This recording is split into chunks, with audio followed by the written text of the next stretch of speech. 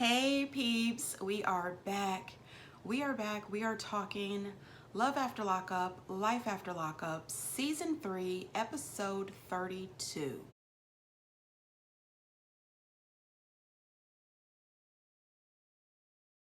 Please do me the honor of subscribing to my channel and hitting the thumbs up. When you hit the thumbs up, it does wonderful things for my channel. Thanks. Now on to the show. So the show starts out with John and Christiana, and they're on their way home from the hookup in the woods. Oh wow.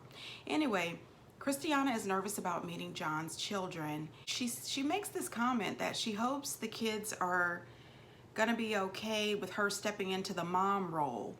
And I said to myself, I don't think so. I as a mom, I like Christiana, John not so much. But if I have kids, you Christiana are not stepping into the mom role for my kids. For the last 10 or 12 years, you've been in and out of jail and you have a substance abuse problem and you haven't proved yourself ready or worthy to mom my kids. I'm sorry. Plus, we find out that the kids are 15, 16, and 18, and no, they're okay.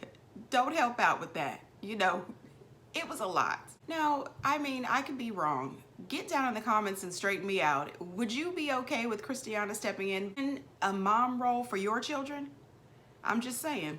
John's 18-year-old daughter, she says she is really shocked that John married her. She says, one minute he's talking to her online, the next minute she's his wife, and now she's here in their house. And that's a lot. John has 3 kids, and all of a sudden you move this lady's mother and daughter into your home, and they have to get used to them, which means you had to switch things around like sleeping arrangements and all of that stuff. That's a lot to put on those kids. He also mentions again that he has 8 kids, and I totally forgot. And I thought, well, who is having 8 kids with this dude?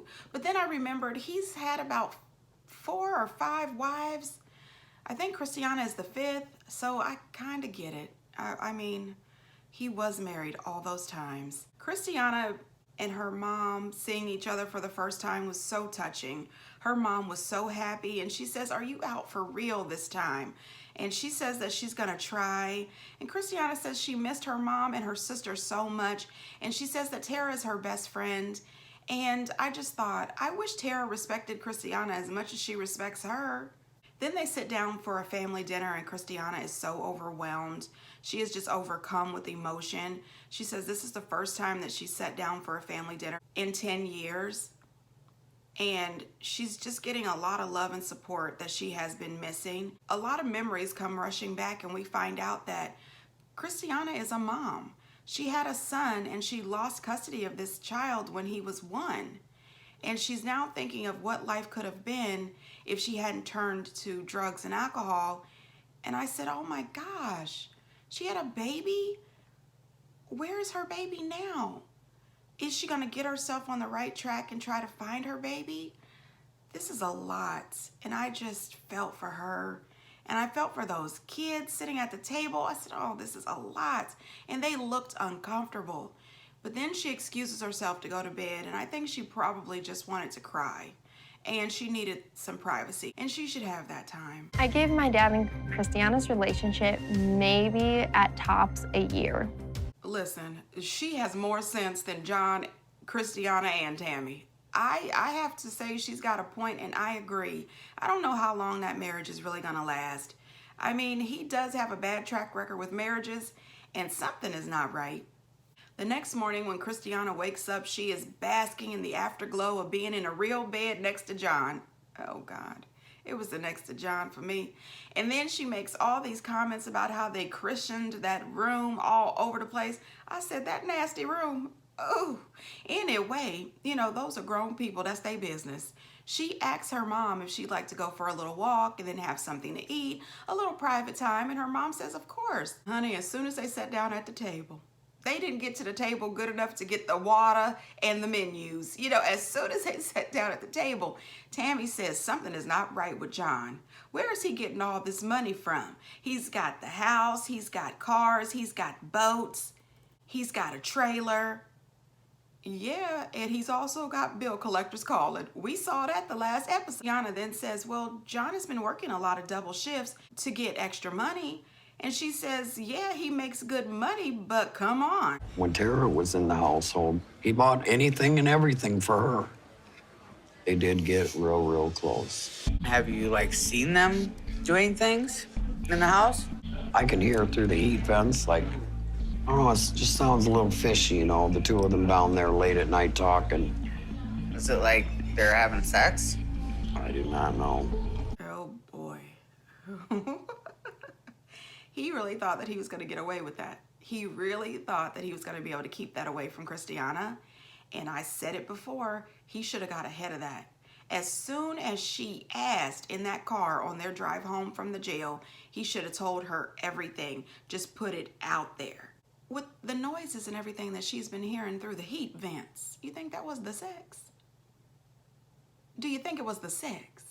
I personally think it was the sex. I really do. I think that they had the whole shebang down in that basement in Christiana's bed just when the cameras weren't around. And they didn't think anybody could hear them through the heat vents. Oh, wow. Tammy says that she hopes to get to the bottom of this before Christiana and John get serious. And I thought, they're married. That's quite serious for me. She's just not sure if Christiana will be able to handle this and stay sober.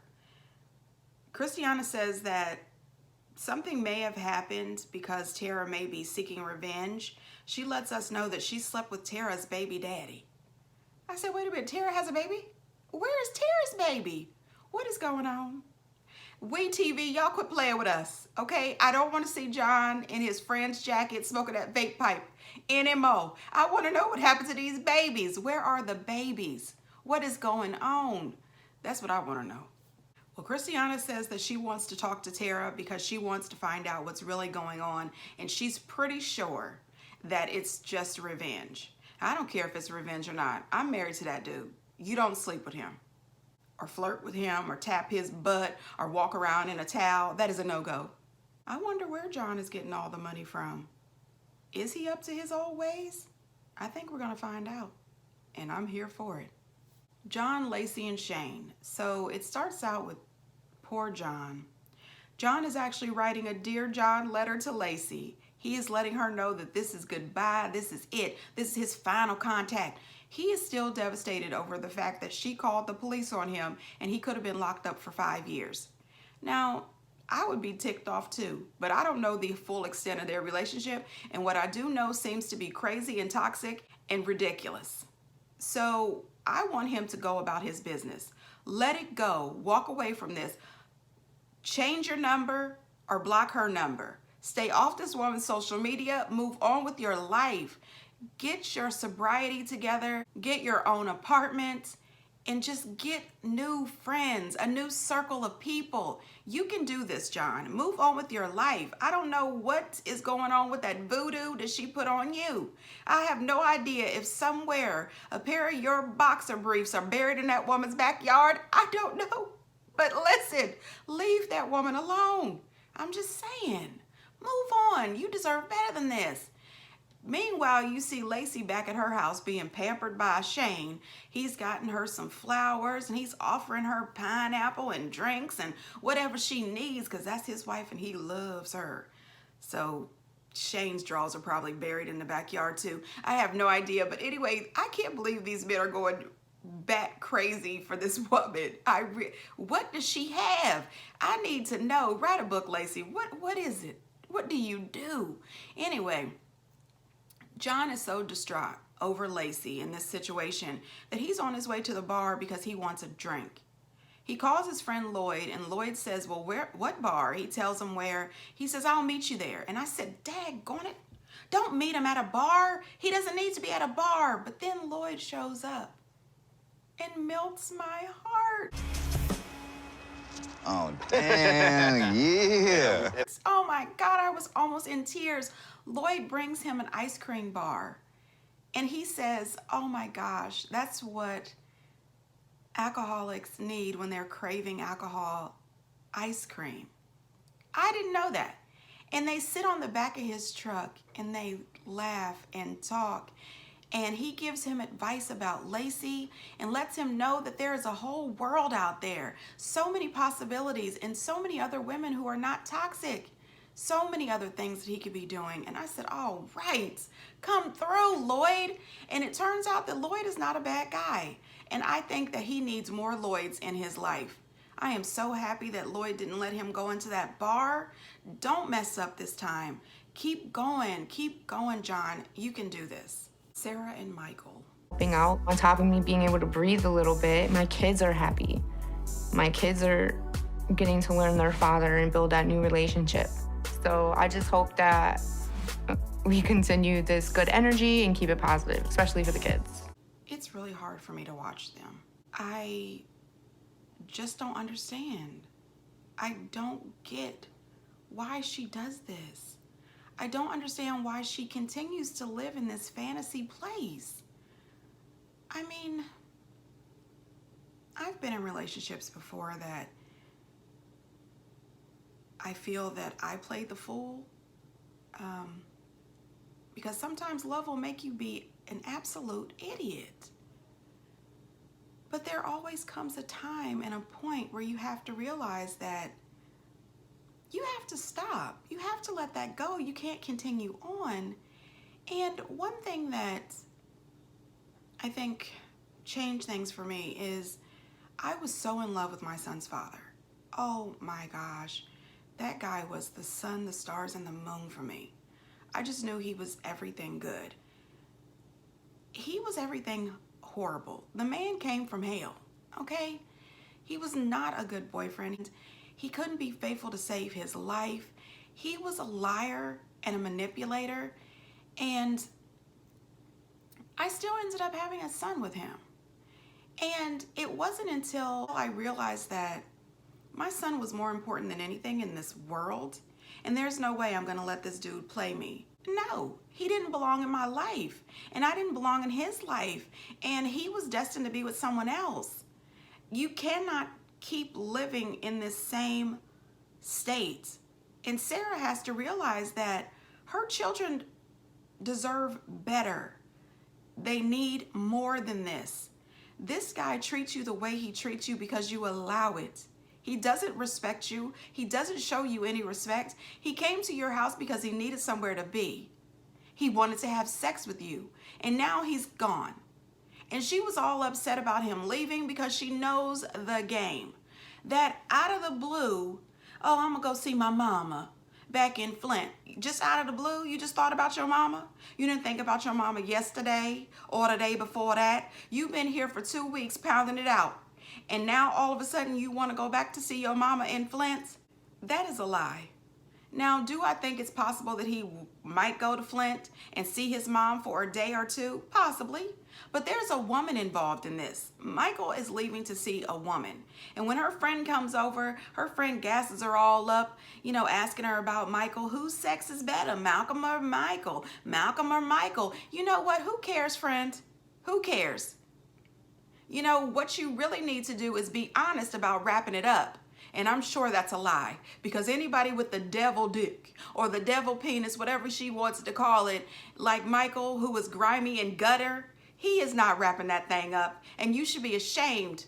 I think you lied when you said that you guys were using protection. He's not. And why do this to your little girls? He's there 1 minute, he's gone the next. 3 months, 4 months, 5 months later, he's back again. There's none of that. You are not about to do that. It's not cool to do that to a child. And then her friend gasses her up some more and says, you should reach out to Malcolm. Maybe you guys just need to talk. And why? When she's having the sex with Michael. Don't do this to Malcolm. He does not deserve to be drugged into this mess. Let him move on with his life and find him a woman that wants to be with him. One who is not confused. One who is ready to get off this emotional roller coaster. Sarah does this to herself.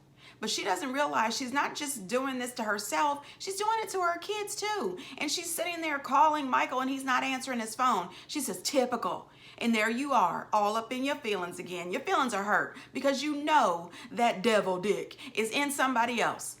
Girl, I cannot be nice about Sarah anymore. She is doing the most and doing too much, and it's going to be damaging to those little girls.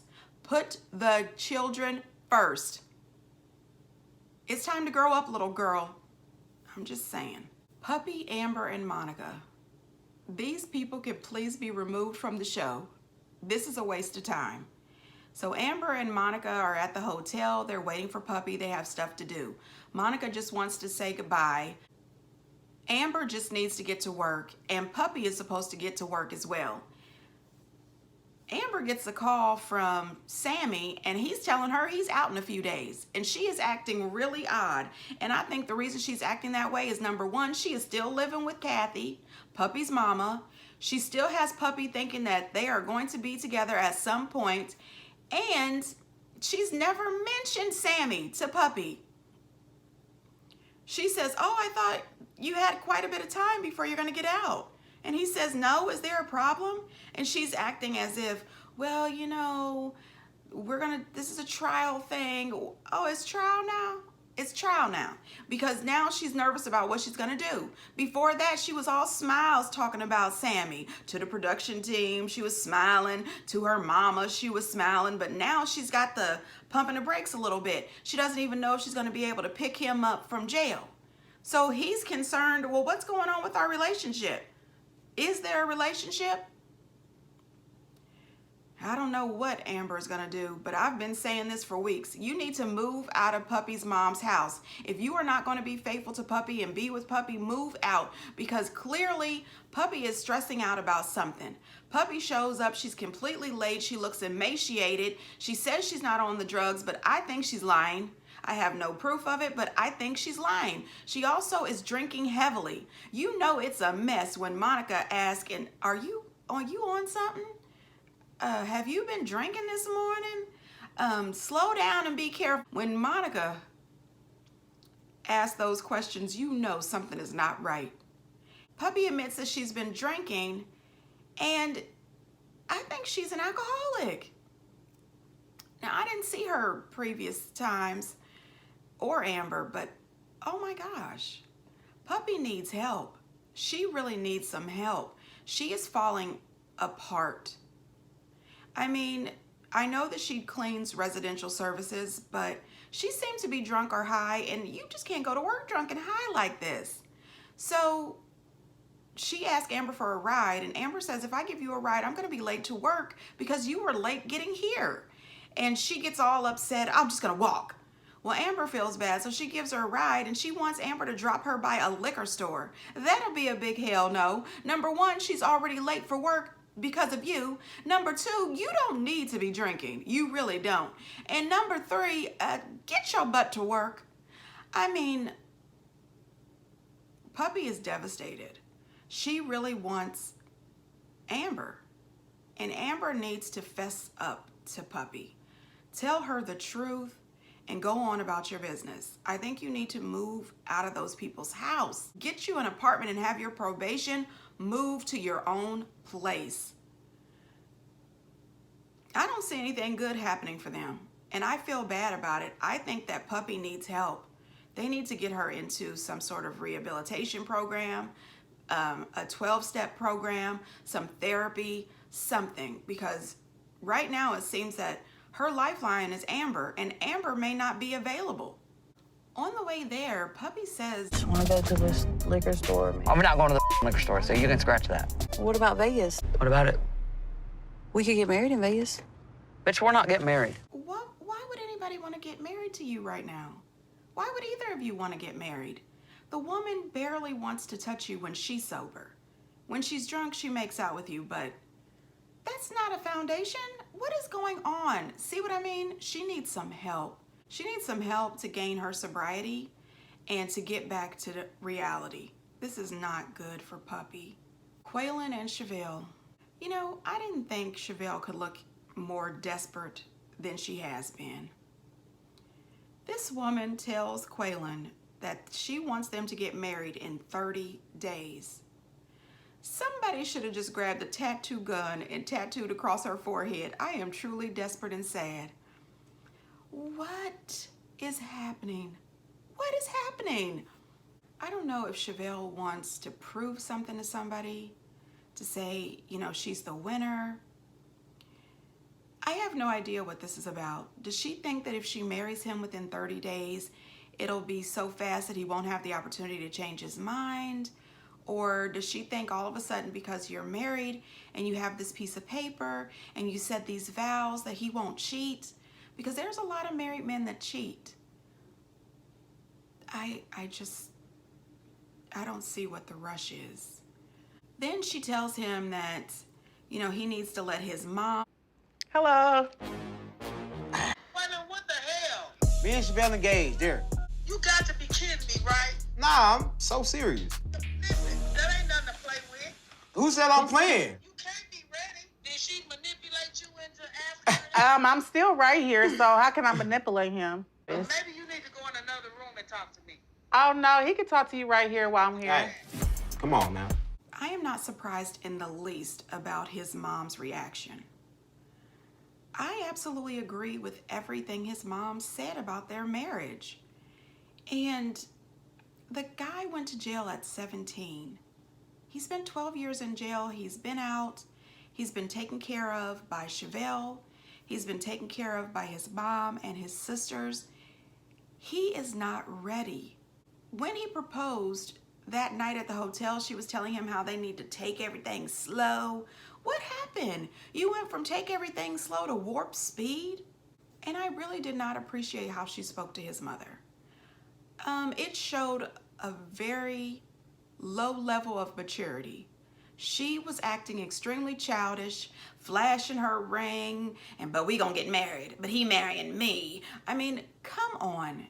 I thought that he tried his best to wrangle them both. He tried to calm his mom down. He tried to calm Chevelle down. And she seemed to not understand when he said, this is my mom. You know, this is my mother. You are my fiance. At the same time that I don't want her being disrespectful to you, I'm definitely not going to let you be disrespectful to her. You know, I understand the whole thing where you cleave to your wife and everybody else comes second. I get that, but you're not his wife yet. And even if you were, it's still wrong to disrespect the mom. You know what I mean? I would never disrespect my husband's mother. It's just not going down like that. At the same time, I would never allow her to disrespect me. It's a way to get people all the way together without being disrespectful doing it. You know what I mean? It's an art to it, but you can do it. I feel that Chevelle should have killed his mom with kindness. While she's talking all this stuff about you guys in the background and how he shouldn't marry you, you should have just been kind. Keep a smile on your face. You know, because the truth is, in the end, if things go the way you planned it, you're still going to be married to him, whether she likes it or not. So why do you have to be rude and disrespectful? Just keep it moving, Chevelle. Try to keep it classy. So then Chevelle's mom stops by, and as soon as she walks in the door, she says, "What are you doing here?" I said, "Oh my gosh, that is my mama for sure." My mom would have said the same thing. "Excuse me, honey, what are you doing here?" Okay. She says, "Where's Chevelle?" And then Chevelle comes out and tells her that they are getting married. Because I'm trying to work on a relationship with me and my man, and you're not supporting me, so it's crazy. No, I'm talking about the marriage part. That's what's crazy, because y'all not ready. You're not even giving him a chance. Why do I have to give him a chance? Absolutely, because if you want to be a part of my life, you need to give him a chance. Oh, I'm going to still be a part of my Elas, but you don't have my blessing. Hey. I feel like you're making the biggest mistake of your life. Well, at least she kept that same energy. She was disrespectful to her mama too. My thing is this, she may be upset with her mom, but her mom was dropping wisdom on her. And she really should listen to her mom. You cannot build a home or a family on unstable ground. There is no foundation. There has been no full development of this relationship. They have not worked to rebuild trust. There has been no steps at all to work towards a true path of where their relationship should be or needs to be or where it's going. There's no direction in this. The only path she sees is down the aisle. And her mom is right. When you build something on unstable ground, it's only a matter of time before it crumbles and falls apart. Chevelle is going to be in for some heartache if she doesn't pump the brakes. One thing I was absolutely upset about is Chevelle is making all these comments and taking this anger out on her family about how if they don't accept him, they won't be a part of her family. And, you know, she's just throwing these people away. And I said, well, Chevelle, do you remember less than 2 or 3 days ago, these were the people that you were holding on to. These were the people that you were crying to. And all this time that you've been with Maila, we found out in your first few episodes that your mom has been there. She's been your backbone. She's been holding you up. She's been loving you and supporting you. We found out that D-Mark has been there for you, loving you, supporting you, and rooting for you. And now you want to disrespect these same people? So what's going to happen when Quaylen disappoints you and this marriage doesn't happen, or it happens and then you get a divorce? You're going to need these same people to hold you, love you, support you, and root for you. You don't do that. You don't do that. There was a better way of dealing with this. You don't have to hurt the people that love you. Good luck to you, because you're going to need it. Anyway, honey, I cannot wait for the next episode. These people have really just reeled me in. I am so invested. And until next time, bye.